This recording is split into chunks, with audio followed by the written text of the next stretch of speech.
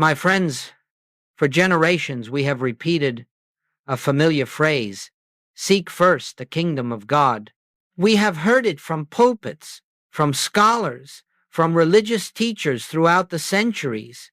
We have sung it in hymns, quoted it in prayers, placed it upon walls and bookmarks and sermons, and yet, for all our reverence, we have missed its meaning almost entirely. When we look honestly, without defense, without tradition, we discover something striking. Humanity has been seeking this kingdom in every direction except the one Jesus intended. Some have searched for it in the sky, imagining a place prepared somewhere above the clouds. Others have believed it to be a reward given after death, a destination reserved for the morally qualified. Many have tried to earn it through religious effort, ritual, belief, devotion, performance, and still others have searched for it in the improvement of the human scene. Better bodies, better finances, better emotions. But hear me, the kingdom of God is not found in the sky. It is not found after death. It is not earned by behavior, and it is not attained through the manipulation of outward circumstances. The kingdom of God is not a location. It is not a reward. It is not a destination. The kingdom of God is a state of consciousness. Until this is understood not merely as a theory, but as revealed truth, your spiritual search will remain full of effort, full of frustration, full of longing without fulfillment, for you will be seeking a spiritual reality in a material direction. And what is spiritual can never be found in matter. What is infinite can never be found by searching outward into finitude. What is omnipresent can never be discovered as something apart from your own being, and so the spiritual seeker, sincere as he may be, continues to pray, continues to hope, continues to seek, yet finds no lasting peace, no enduring transformation. Why? Because we have been seeking the kingdom where it is not. We have treated the kingdom of God as something to reach out toward, instead of something to awaken to. Let us hear the Master's own words again, with new ears. The kingdom of God is within you, not above you, not in a church, not in a book, not in a future moment. Within you, when this truth begins to dawn, even faintly, something shifts in the heart. A subtle recognition arises.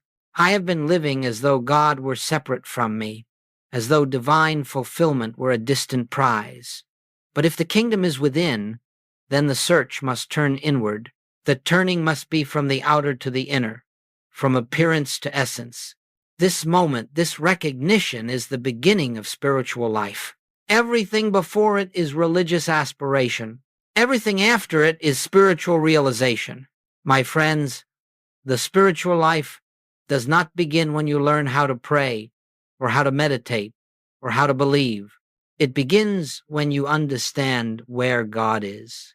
It begins when you recognize that the source of your peace, your supply, your healing, your harmony is not separate from you, and therefore cannot be given or withheld by something outside you. The kingdom is not something added unto you when you become worthy. It is something revealed unto you when you become still. And so I say to you, if we are to seek first the kingdom, we must first know what we are seeking. We must know where it is located. We must understand that this kingdom is the divine awareness already present within your being, waiting only for recognition. You have not been separated from the kingdom. You have been distracted from it. You have been taught to look outward. You have been conditioned to believe that spiritual fulfillment lies in the improvement of the external world. But Jesus did not say, "Seek first the world, and all these things shall be added unto you." He said, "Seek first the kingdom," for he knew that when the inner reality is realized, the outer conditions naturally come into order. This is the message I bring to you now. The kingdom of God is not something you must travel toward. It is the truth of your own consciousness awaiting your recognition. And in the very moment you begin to understand this, even imperfectly, something begins to unfold within you. A shift, a softening, a quieting, a dawning.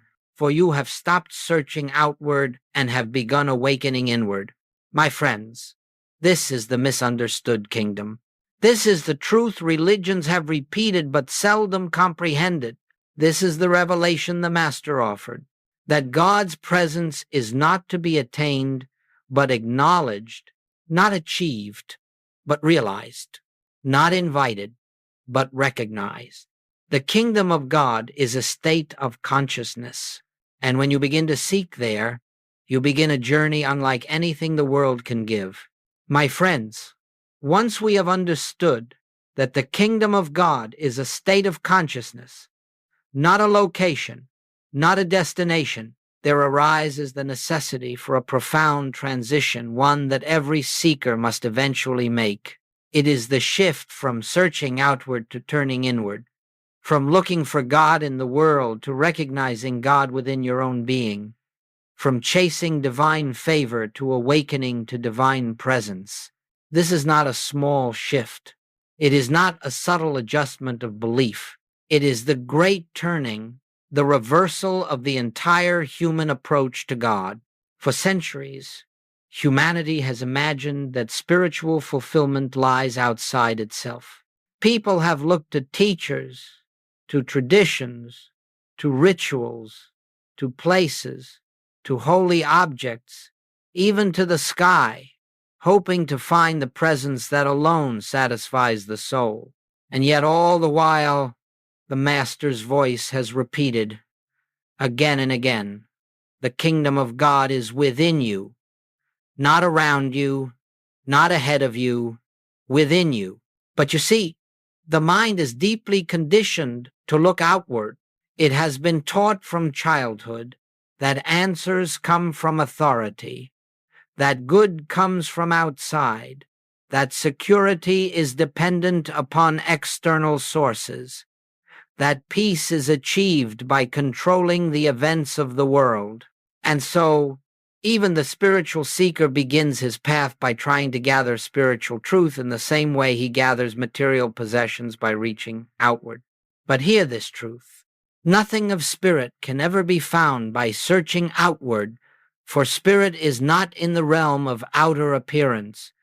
Spirit reveals itself only within the silence, the stillness, the awareness of one's own consciousness. No person, no book, no ritual, no place can give you the kingdom, because the kingdom is not given, it is recognized. Your task is not to acquire God. Your task is to awaken to the God who has been the life of your being since before the foundation of the world. When this realization even begins to arise in consciousness, the entire spiritual path changes.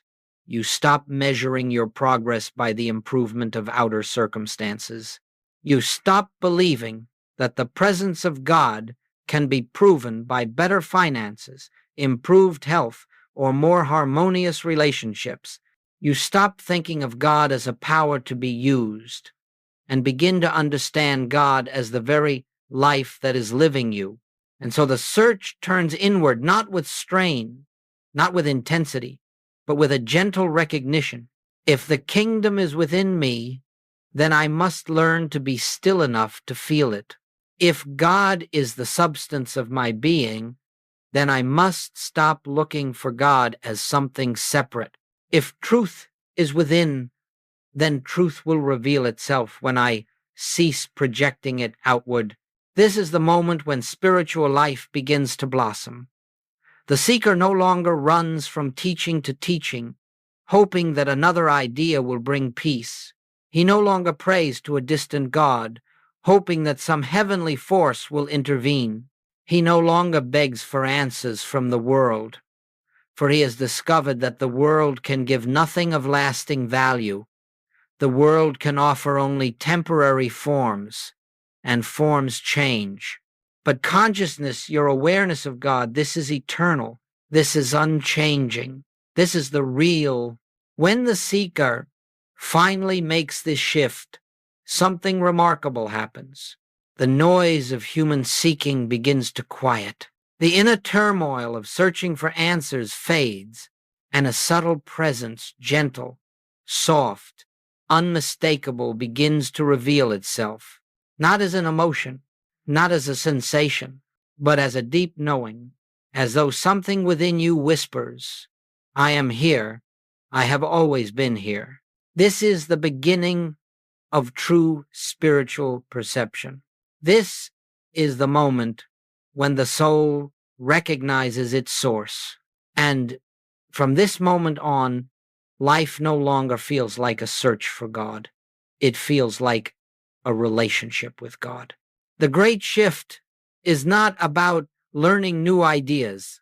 It is about laying down the ancient habit of looking outward and turning with reverent stillness toward the inner kingdom. And the moment you do, you discover that the presence you sought has been closer than your own breath, closer than your thoughts, closer than your heartbeat, closer than your identity.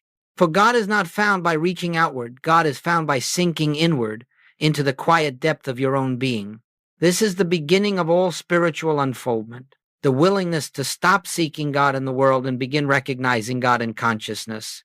My friends, this shift, this turning, is the moment you begin to walk the path Jesus walked and taught. It is the gateway through which all spiritual understanding flows. And once this realization is made, even faintly, your life can never again be lived as it was before.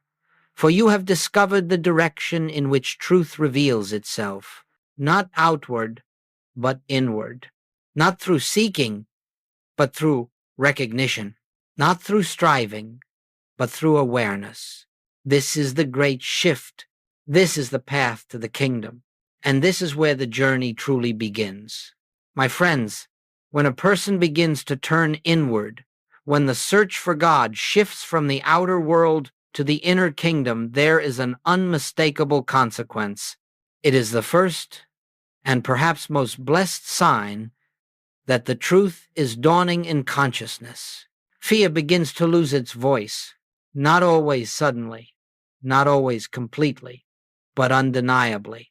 Let us understand why. Fear exists only in the belief of separation. Fear is born the moment we imagine a life apart from God. Fear grows in the soil of duality when we conceive of two powers, good and evil, two forces, spiritual and material, two sources, God and something that can oppose God. Fear is not natural to the soul. Fear is the product of ignorance, ignorance of our oneness with the infinite. When the kingdom is believed to be outside of you, separate from you, distant from your being, you cannot help but fear. How could you not fear when your safety depends upon a God who must be convinced, persuaded, or called down from afar? How could you not fear when your good seems dependent on the instability of the world? How could you not fear when you see power in disease, power in circumstance, power in people, power in finances, power apart from God? But the moment you begin to sense, just sense, that the kingdom is within, something in the heart loosens. A knot begins to dissolve. The breath becomes softer. The mind becomes quieter, for you are beginning to perceive that you are not separate from your source. This realization is not dramatic. It is not emotional. It is gentle. It is soft. It rises like dawn light, not like a thunderstorm, but it changes everything. You may discover one morning that a familiar anxiety simply did not appear. You may notice that a situation which once terrified you now passes through your mind without gripping you. You may find that you do not respond to threats, real or imagined, with the same intensity. Why? Because something within has whispered, there is no power apart from God. This is the first fruit of recognition, not yet full illumination. Not yet the complete disappearance of fear, but the beginning of a great quieting. Fear begins to subside because you are no longer living as a creature dependent on external forces. You are beginning to behold yourself as an expression of the one life, the one presence, the one consciousness that governs the universe. And with this recognition, spiritual struggle begins to dissolve. Struggle is the attempt to unite yourself with what is already one with you. Struggle is the attempt to attract what is already present. Struggle is the attempt to gain God's attention when God has never removed his attention from you. Struggle is the attempt to reach a presence that has never left you. All struggle is based on the belief that God is separate. And when that belief begins to weaken, the struggle ends. You begin to notice that you no longer pray with urgency or desperation. Prayer becomes less of a plea and more of a resting in what is already true. You stop begging for God to intervene in your troubles. Instead, you begin to turn within with the quiet assurance that the presence you seek is already the life of your being. You begin to see that nothing is gained through force, that nothing is achieved by anxious effort, that nothing of spirit is obtained by pushing, straining, or manipulating.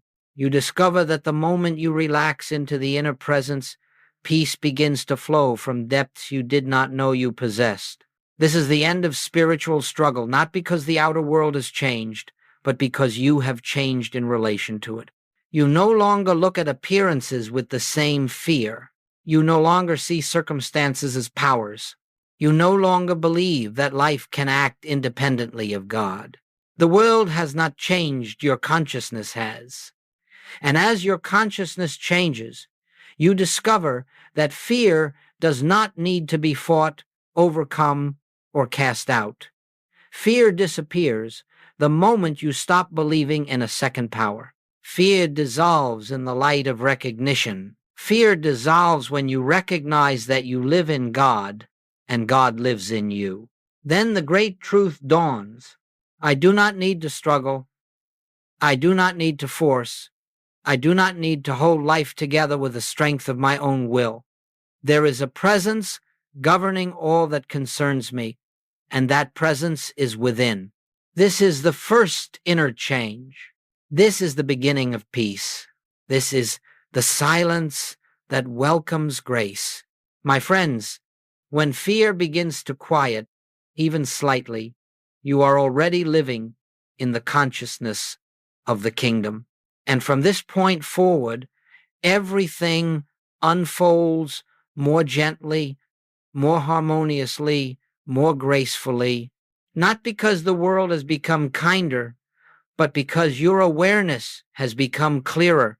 Fear fades, struggle ends, and life begins to flow from the center of your being where the kingdom has always been. My friends, once fear begins to quiet, once the soul senses even faintly the presence within, the second great transformation unfolds, one that is deeper, more intimate, and more sacred than anything that precedes it. It is the unveiling of your true identity. For centuries, you have lived under an illusion about who you are. You have believed yourself to be the body you inhabit, the thoughts you think, the emotions you feel, the history you carry. You have believed yourself to be shaped by family, conditioned by society, molded by circumstance. You have accepted the world's verdict about your worth, your destiny, and your limits. But when the recognition of the kingdom begins to dawn, the veil over your identity gently begins to lift. You begin to sense, just sense, that you are not merely a person trying to reach God. You are the place where God expresses himself. This is not a belief.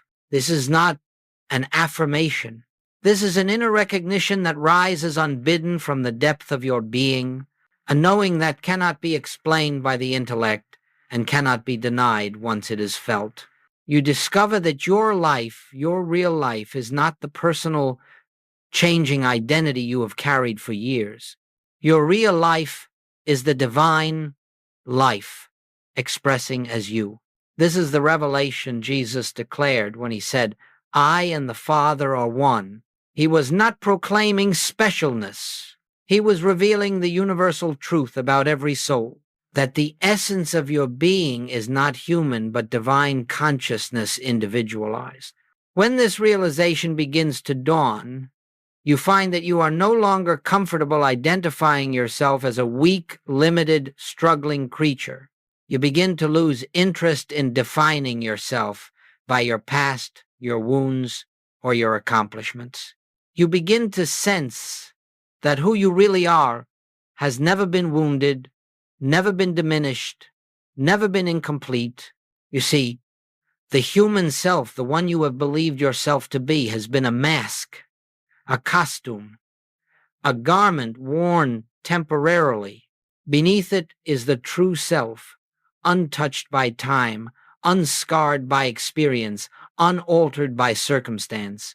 And as the inner kingdom reveals itself, the true self emerges not in pride, not in ego, but in quiet recognition.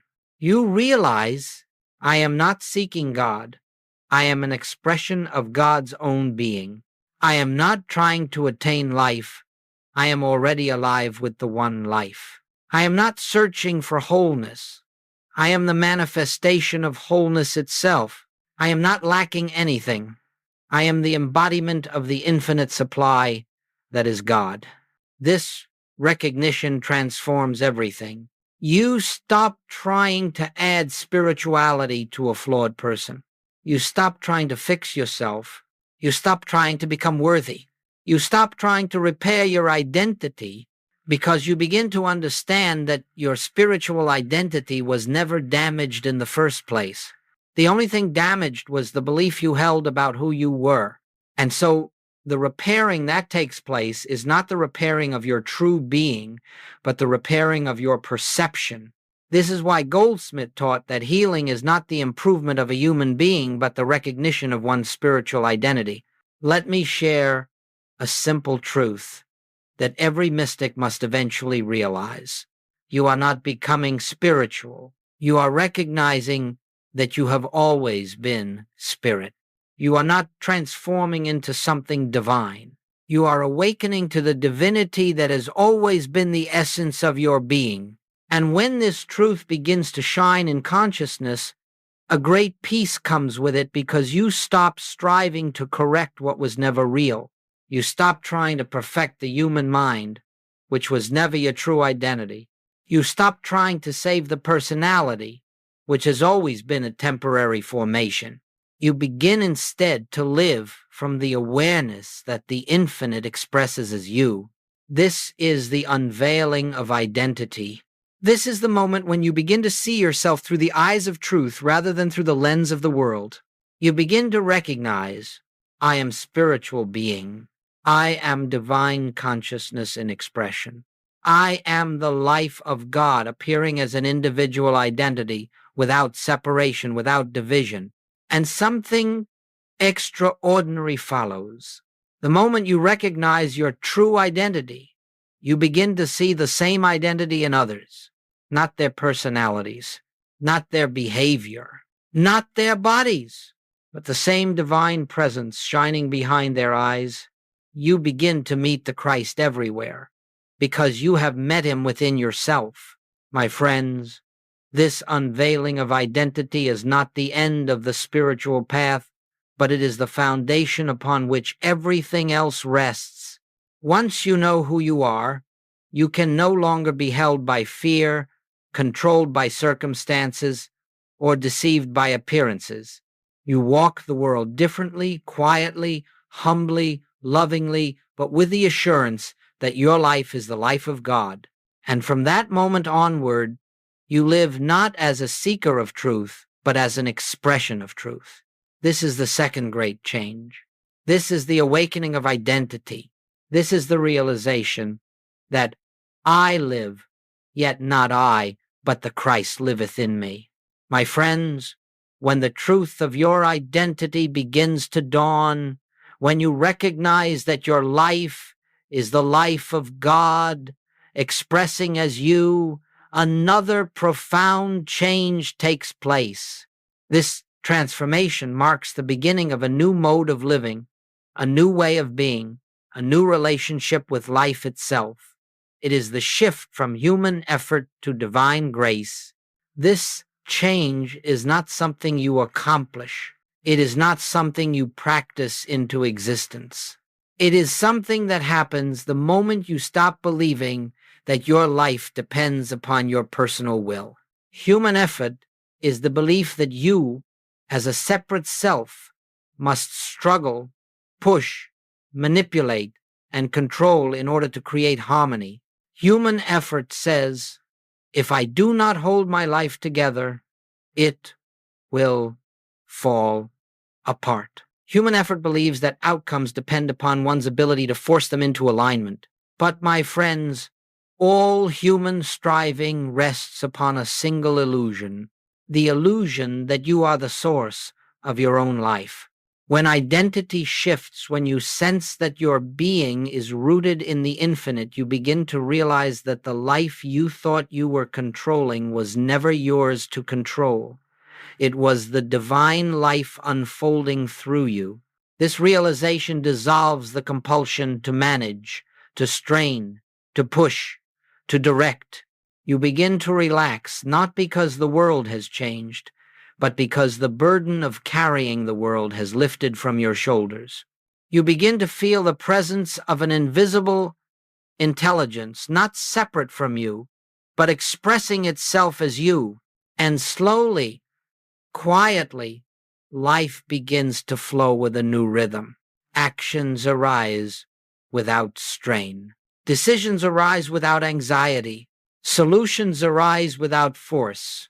And events arrange themselves with an ease that cannot be explained through human logic. This is divine grace.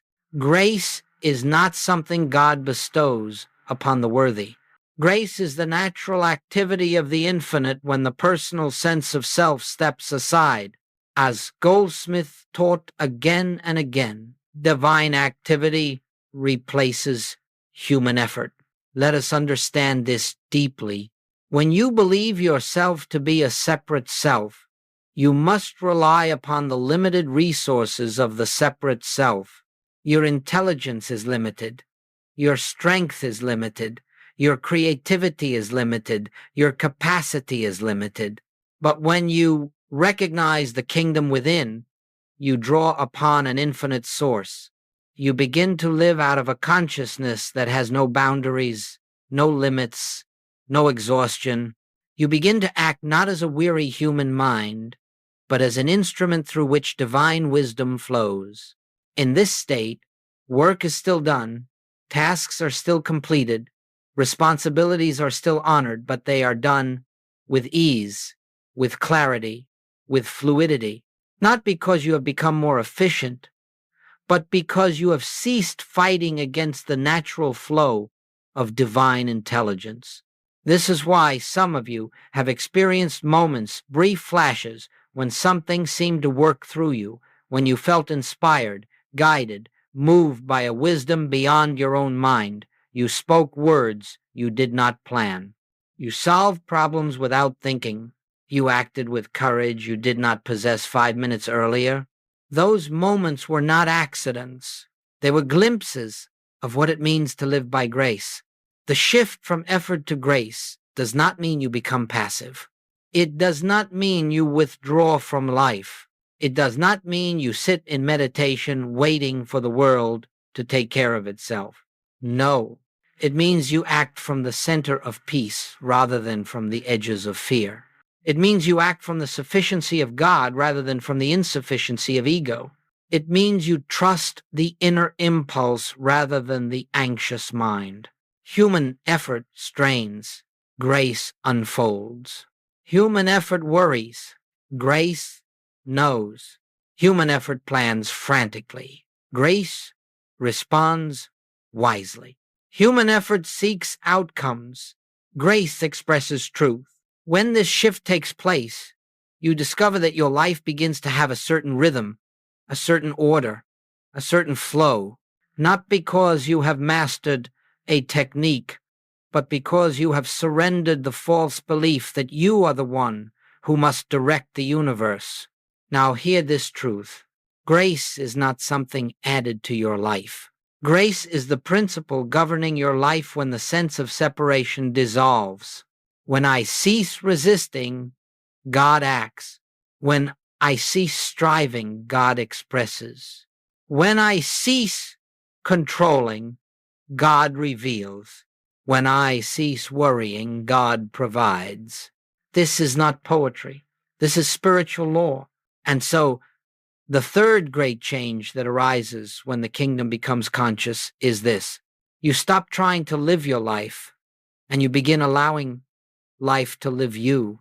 This is the freedom the mystics discovered.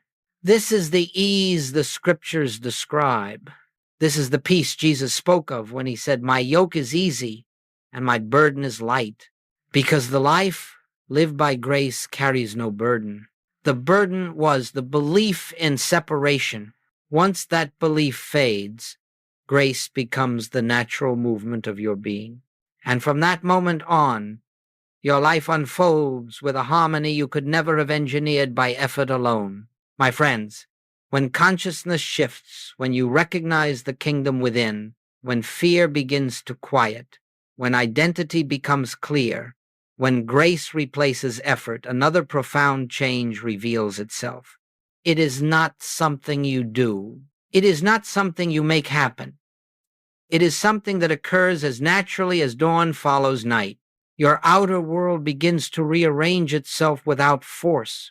Human beings have always believed that the way to improve life is to work on conditions, to fix them, to adjust them, to push them, to manipulate them, to control them. And because of this belief, the world has become exhausted. Individuals are exhausted. Nations are exhausted. Everyone is trying to shift external circumstances in the hope that harmony will emerge. But my friends, you cannot change the picture on the screen by painting over the screen. You must change the film. And the film is consciousness, the outer world, the realm of conditions, circumstances, events, is nothing more than an image formed by the inner state. This is the spiritual principle Jesus attempted to teach again and again. As within, so without. According to your consciousness, be it unto you. But humanity has insisted on doing the opposite, changing the outer in the belief it will alter the inner, improving the world in the belief it will heal the soul, adjusting circumstances in the belief it will create peace. Yet no one has ever found lasting harmony that way. You cannot force the external into order when the internal remains in conflict. But the moment you recognize the kingdom as consciousness, a new truth begins to operate in your life. The outer world reflects the inner state, not because you attempt to manifest something, not because you visualize outcomes, not because you try to create a different future, but because the nature of consciousness is expression. When the consciousness within is fearful, the outer world reflects fear. When the consciousness within is divided, the outer world reflects division. When the consciousness within is lacking, the outer world reflects lack. But when the consciousness within knows its oneness with God, the outer world reflects harmony. This is not magic. This is not metaphysical technique. This is spiritual law. As you rest in the realization of your true identity, something begins to unfold without effort. Old relationships heal or naturally dissolve. New opportunities appear without striving. Financial supply arrives through channels you did not anticipate. Health begins to improve, not through mental manipulation of the body, but through the realization that your true being is spiritual substance, untouched by disease. Why does this happen? Because once you live from the awareness that God is your consciousness, You no longer interfere with the natural flow of divine order. All disharmony arises from the belief that you must take control of life. All harmony arises from the recognition that divine intelligence governs life. You are not creating new good. You are removing the obstruction, your fear, your effort, your separation consciousness that prevented the good from expressing itself. I want you to hear this. You do not make harmony come. Harmony is always present. Your recognition of the kingdom allows it to show itself. And so you begin to witness something remarkable. Problems that once seemed immovable soften. Situations that felt hopeless gently reorganize. Circumstances shift in ways you could never have predicted, not because you manipulated them, but because you stopped resisting them. As the inner world finds its peace, the outer world mirrors that peace. Perhaps you have experienced moments like this. A solution that arrives the moment you cease worrying. An unexpected answer that appears after you surrender your need to solve. A healing that comes when you stop fighting the appearance of illness. A provision that flows when you stop fearing lack. These moments are not coincidences. They are glimpses of spiritual law in operation.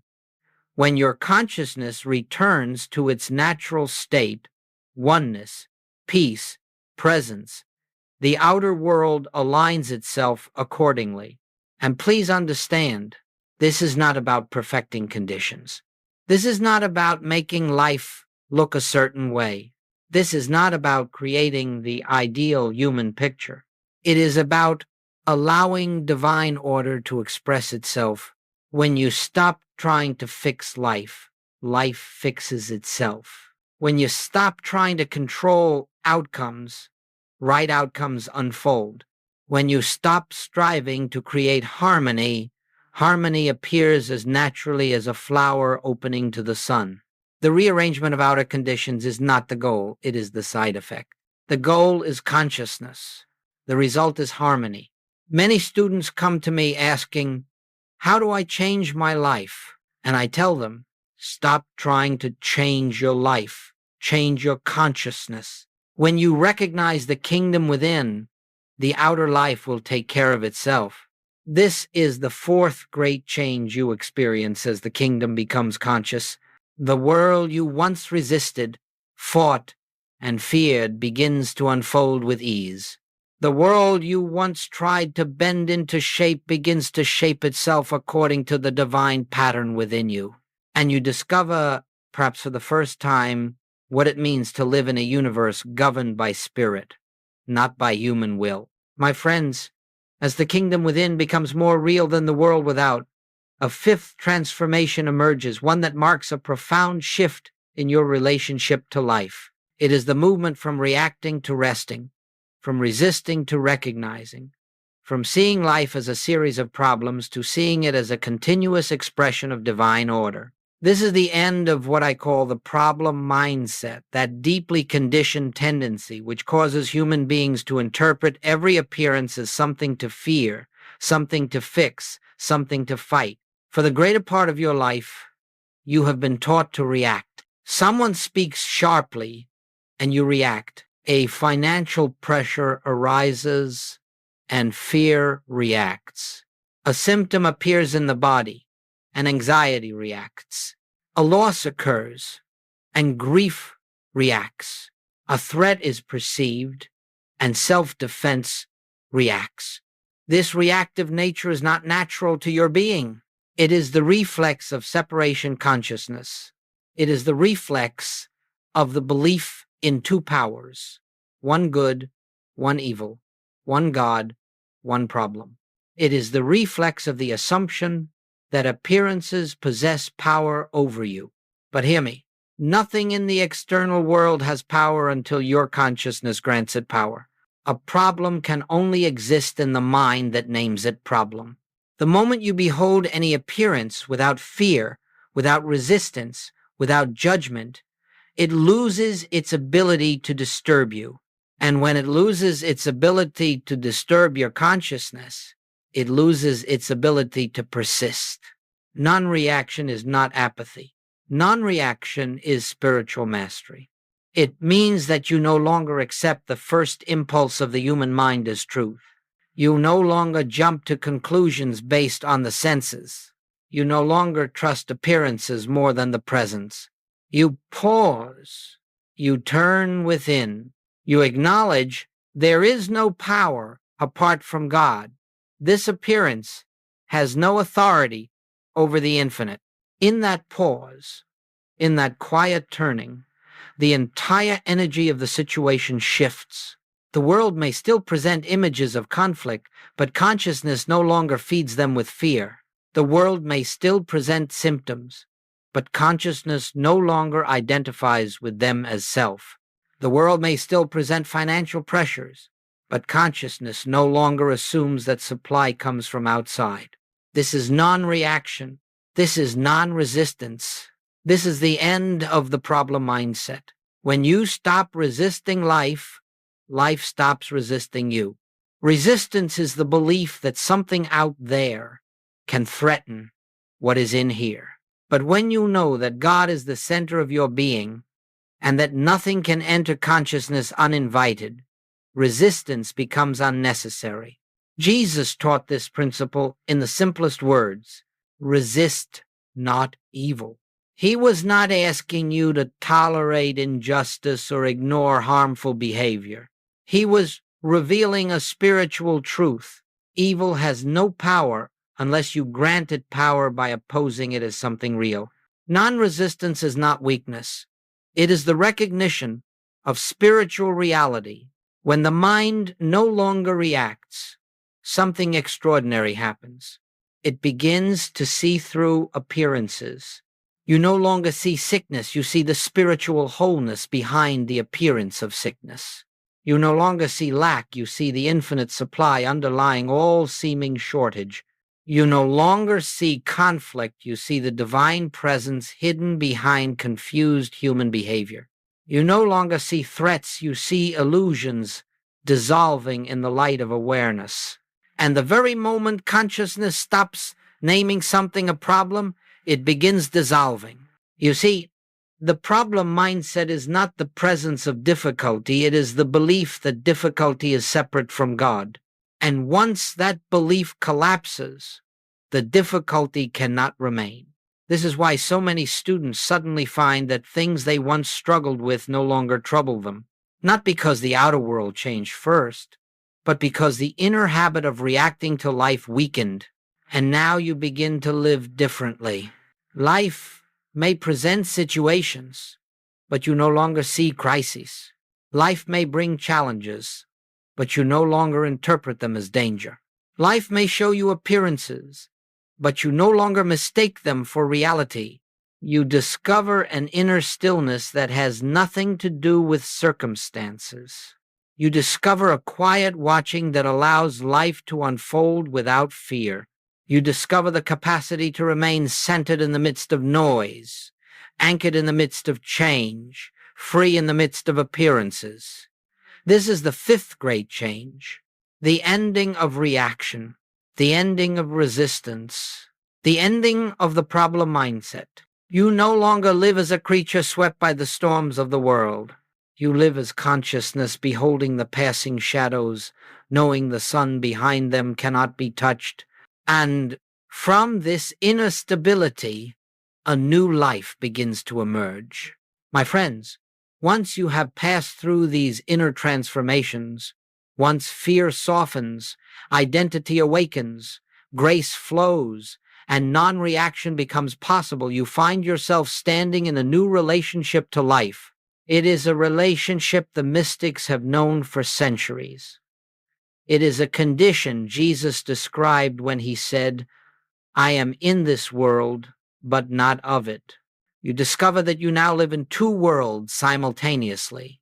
You walk in the visible world fulfilling duties, tending relationships, handling responsibilities, yet you are rooted in an invisible kingdom, a silent presence, a deeper reality that cannot be seen with the eyes or grasped with the mind. You live in the world of time, but you are anchored in the timeless. You live in the world of form, but you rest in the formless. You live in the world of appearances, but you belong to the world of spirit. And the mark of a spiritual life is not withdrawal from the world, it is awareness of the world within the world. This inner awareness becomes the foundation of all action, the background of all experience, the quiet center from which you live. It is not constant thinking. It is not repeating spiritual phrases. It is not trying to stay positive. It is simply a state of remembering that the presence is here, remembering that the kingdom is within, remembering that your life is the life of God, remembering that nothing external can add to or take from your completeness, remembering that appearances are not power, remembering that all good flows from the invisible into the visible. This remembering is not effort. It is not strain.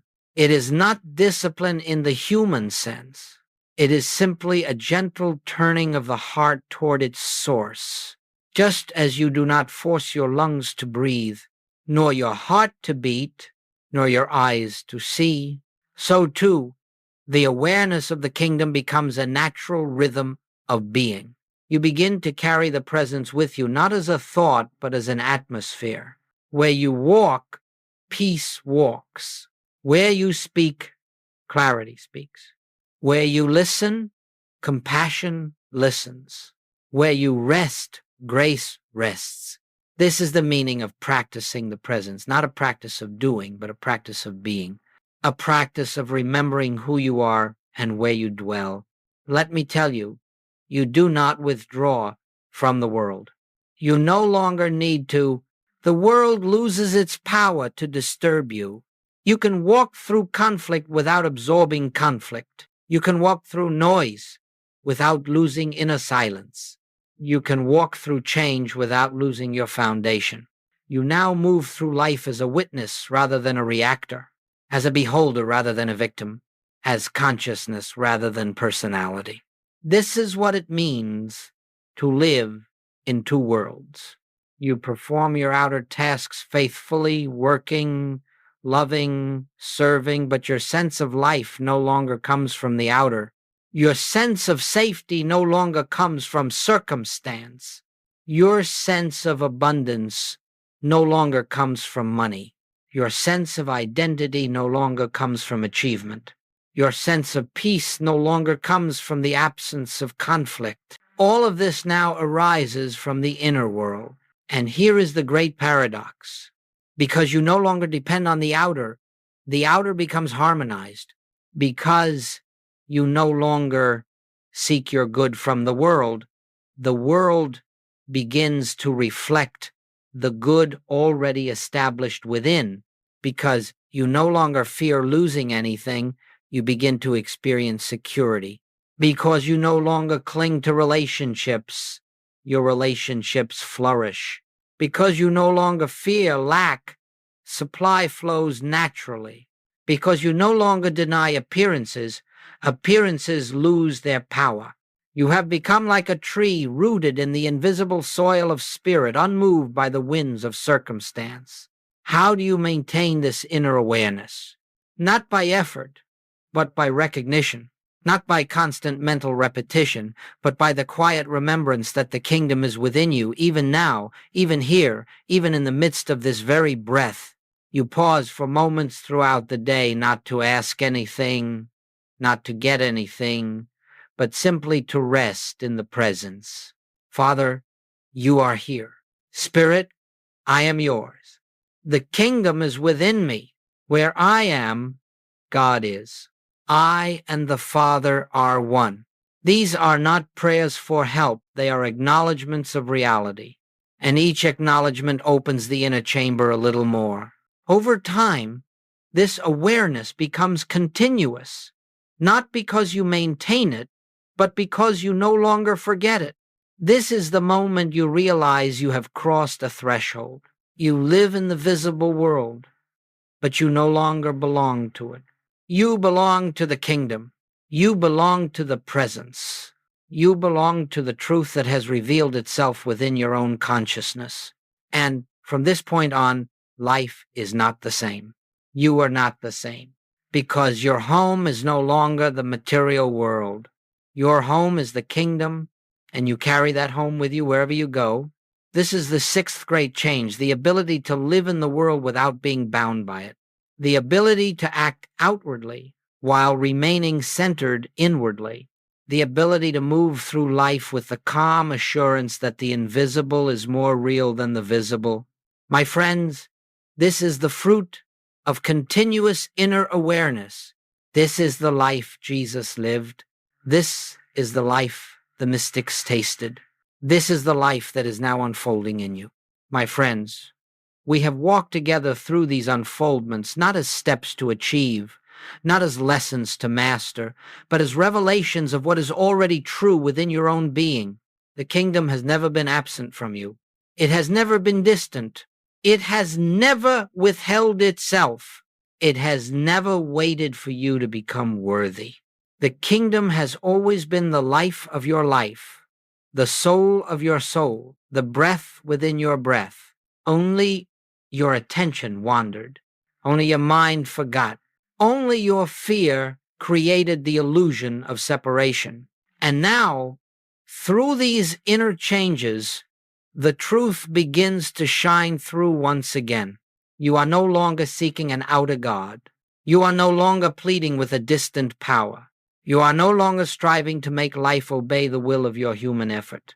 Instead, you have begun to recognize that God is the consciousness of your being, that the kingdom is the center of your identity, that your life is the instrument through which the infinite expresses itself. And so now, at the close of this journey, I invite you to take the final step, not outwardly, but inwardly. It is not a step of action, but a step of surrender. Not surrender to fate, nor surrender to external conditions, but surrender to the presence that has always lived at the heart of your being. This is the invitation. Father, live thy life through me, not as an act of piety, not as a religious formula, but as a recognition of the spiritual truth of your existence. You are not here to bend the world to your will. You are here to allow the will of the divine to express through you. You are not here to force outcomes. You are here to bear witness to the natural unfolding of grace. You are not here to make life conform to your desires. You are here to let consciousness reveal its own perfect harmony through you. You see, the kingdom does not come because you work for it. The kingdom reveals itself when you cease interfering with it. Every moment you pause, every time you turn within, every breath in which you acknowledge the presence, every instant when you choose recognition over reaction, every day you rest in the truth of your identity. You are allowing the kingdom to live through you. This is the essence of the mystical path, not to live your life, but to live the divine life unfolding in you, not to seek your own good, but to reveal the good that has always been present, not to become spiritual, but to express the spirit that is already your nature. My friends, the kingdom is not something you enter. It is something that awakens within you as you become still enough, receptive enough, surrendered enough to let it shine. So as we close, I leave you not with instructions, but with an inner knowing. The kingdom is within you. The presence is your life. The truth is your identity. Grace is your activity. Peace is your atmosphere. Love is your essence. Oneness is your reality. Now, simply say within yourself, not as a method, but as a recognition. I live, yet not I. The Christ, the presence, the kingdom lives. Its life is me. And rest. Rest in the certainty that nothing can separate you from what you already are. Rest in the truth that the kingdom goes with you into every moment, every encounter, every breath. Rest in the awareness that the world you see is being reformed through the consciousness now dawning in you. This is not the end of a teaching. This is the beginning of a life lived from within, a life lived through grace, a life lived as the expression of the kingdom of God. Welcome home to yourself. Welcome home to the presence. Welcome home to the kingdom within.